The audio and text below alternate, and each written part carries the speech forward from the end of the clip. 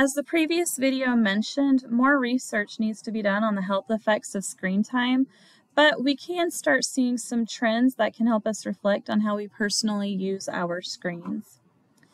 52% in 2019, 52% of parents and 39% of teens feel that they use their devices too much.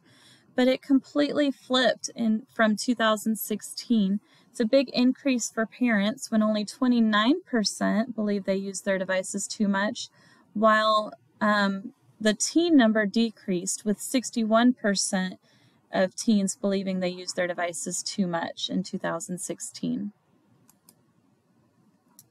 We already discussed that several studies have found a correlation between emotional well-being and active screen use, but this slide shows that tweens and teens spend nearly 40% of their time using it passively.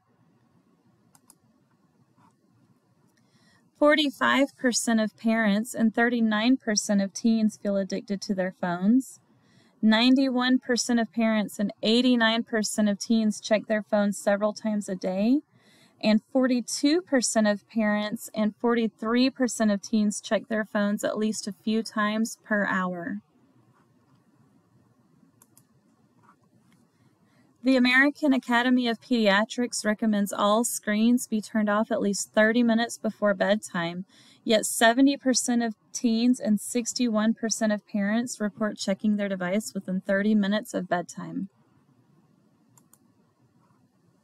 It's also recommended that phones be put away out of arm's reach during sleep time, and yet 74% of parents and 68% of teens say they keep them either in bed or within arm's reach.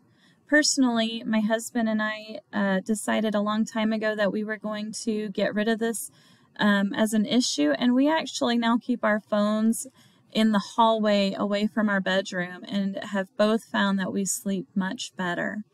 So it's important to look through each of these research trends and kind of see and think where you might fall under these trends and how you could improve upon yourself within these trends.